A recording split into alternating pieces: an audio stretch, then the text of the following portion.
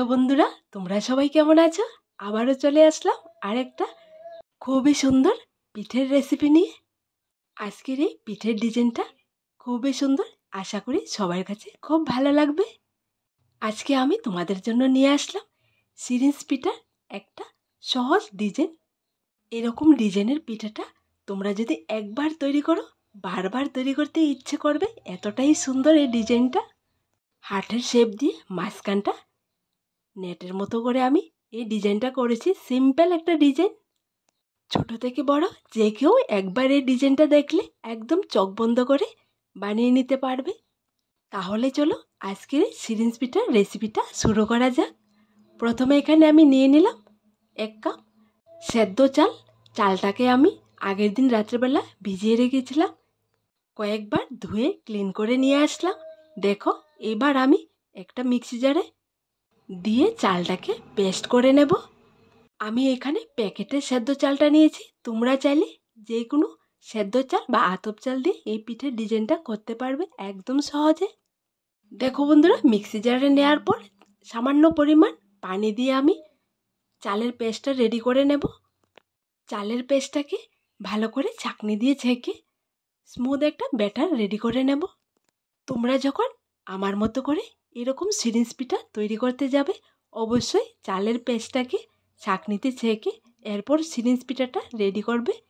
এরপর দেখবে যখন পিঠাটা সিরিঞ্জের ভেতর দিয়ে বের হবে, খুবই সহজে বের হয়ে আসবে আর সুন্দর সুন্দর ডিজাইন করে তোমরা পিঠে তৈরি করতে পারবে। দেখো বন্ধুরা, চালের পেস্টটা রেডি হয়ে গেছে। দিয়ে দিলাম স্বাদ মতন লবণ, দিয়ে পেস্টের সঙ্গে ভালো করে মিক্সড করে চুলোর মধ্যে বসিয়ে দিলাম। এইবার চুলোর আঁচটাকে একদম লোতে রেখে অনবরত নেড়ে নেড়ে চালের ব্যাটার থেকে ডো বানিয়ে নেব পিঠে তৈরি করার জন্য।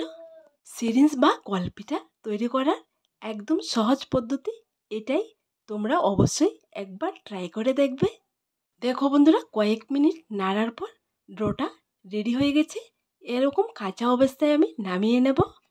নামিয়ে হালকা ঠান্ডা হওয়ার পর হাত দিয়ে ভালো করে মাখিয়ে নেব একদম তুলোর মতো করে, যাতে করে পিঠেটা সহজে এক হাত দিয়ে সিরিঞ্জ দিয়ে তৈরি করা যায়। এখানে আমি পিঠেগুলো 2টা কালারে রেডি করব, ইয়েলো কালার আর গ্রিন কালার দিয়ে। তোমরা চাইলে তোমাদের পছন্দ মতো কালার দিয়ে পিঠেগুলো রেডি করতে পারবে। হার্টের শেপ দিয়ে ভেতরের অংশটা নেট বা জালে জালি ডিজাইনে তোমরা বানাও, তাহলে দেখবে যখন পিঠাটা কালারিং করে রেডি করবে দেখতে খুবই সুন্দর লাগে। বেশি পরিমাণ ড্রয়ে আমি গ্রিন কালারটা অ্যাড করে দিলাম। দেখো, হাত দিয়ে ভালো করে মাখিয়ে নিচ্ছি। আর সামান্য পরিমাণ ডোয়ের মধ্যে আমি ইয়েলো কালার অ্যাড করব। আমি এখানে পিঠেগুলো কালারিং করে রেডি করব, তোমরা তোমাদের পছন্দ মতো করলে হবে। দেখো বন্ধুরা, গ্রিন কালার ড্রটা আমি রেডি করে নিলাম আর সামান্য পরিমাণ ড্র ইয়েলো কালার করে রেখেছি। এবার পিঠেটা রেডি করার জন্য নিয়ে নিলাম একটা সাদা পেপারে হার্টের শেপে একটা ডিজাইন। হার্টের শেপটা দেয়া হয়ে গেলে মাঝখানে নেটের মতো করে একটা ডিজাইন করে নেব, অসম্ভব সুন্দর একটা ডিজাইন। তোমাদেরকে বারবার বলি, বাড়িতে একবার হলো ট্রাই করে দেখবে, কারণ এই পিঠাটা যখন রেডি করা হয়, রেডি করার পর সামনে থেকে দেখতে খুবই সুন্দর লাগে। আর পিঠাটা শুকানোর পর যখন তেলের উপর ভাজা হয় এতটাই মোটা হয়, একদম ফুলে ডাবল হয়ে যায়। আমি এখানে মাঝখানের ডিজাইনটা নেটের মতো করে দিয়েছি। তোমরা চাইলে তোমাদের পছন্দ মতো যে কোনো ডিজাইন করে এই পিঠাটা রেডি করতে পারবে। আমি এক হাতে ক্যামেরাটা ধরে আরেক হাত দিয়ে পিঠাটা রেডি করে তোমাদেরকে দেখিয়ে দিচ্ছি, তাই একটু আঁকাবাঁকা হচ্ছে, কিন্তু যখনই পুরোপুরিভাবে ডিজাইনটা করা হবে তখন পিঠেটা দেখতে ভারী সুন্দর লাগবে। দেখো বন্ধুরা, পিঠের ডিজাইনটা একদমই হয়ে গেছে। এইবার এরপর হার্টের ডিজাইনটার উপর, যাতে করে পিঠের ডিজাইনটা একদম পুরোপুরিভাবে ফুটে ওঠে, ঠিক একই রকম করে আমি একই ডিজাইনে আরেকটা পিঠে গ্রিন কালারের ব্যাটার দিয়ে বানিয়ে তোমাদেরকে দেখিয়ে দিচ্ছি, যাতে করে তোমরা একদম সহজে শিখে নিতে পারো। অফ ক্যামেরায় আমি অনেকগুলো পিঠে রেডি করেছি। দেখো বন্ধুরা, ইয়েলো কালারের ডো দিয়ে আমি যেরকম করে পিঠাটা রেডি করেছি ঠিক একই রকম করে এর ডিজাইনটাও আমি করে নিচ্ছি। হার্টের শেপটা দেওয়ার পর মাঝখানের ডিজাইনটাও ঠিক একই রকম করে নিচ্ছি।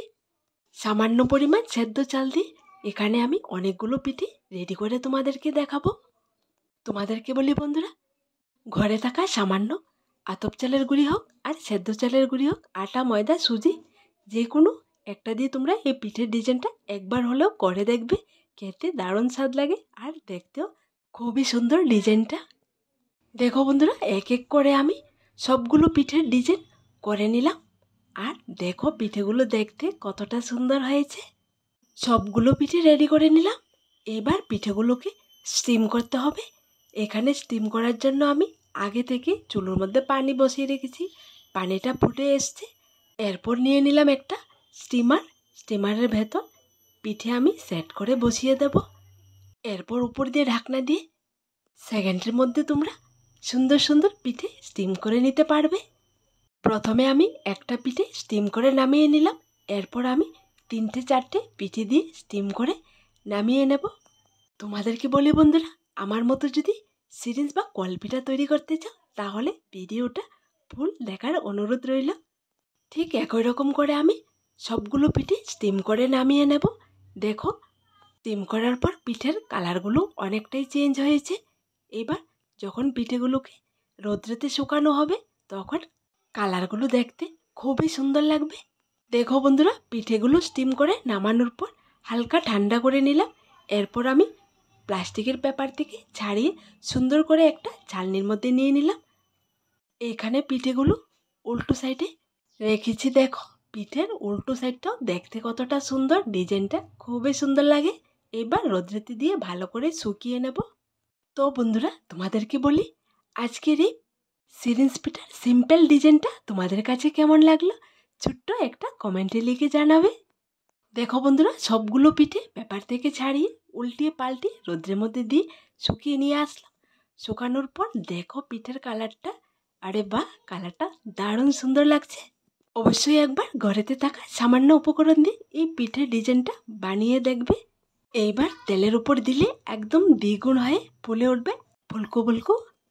তো বন্ধুরা, আমার দেওয়া সবগুলো রেসিপি তোমাদের যদি ভালো লেগে থাকে তাহলে আমার এই ছোট্ট চ্যানেলটাকে লাইক, শেয়ার এবং সাবস্ক্রাইব করে পাশে থাকা বেল বাটনটি অবশ্যই ক্লিক করে রাখবে, যাতে করে আমার দেওয়া নতুন নতুন সুন্দর সুন্দর ডিজাইনের পিঠার ডিজাইনগুলো সবার প্রথমে তোমাদের কাছে পৌঁছায়। আজ এখানে আবার দেখা হবে নতুন একটা রেসিপির সাথে। সবাই ভালো থেকো, সুস্থ থেকো।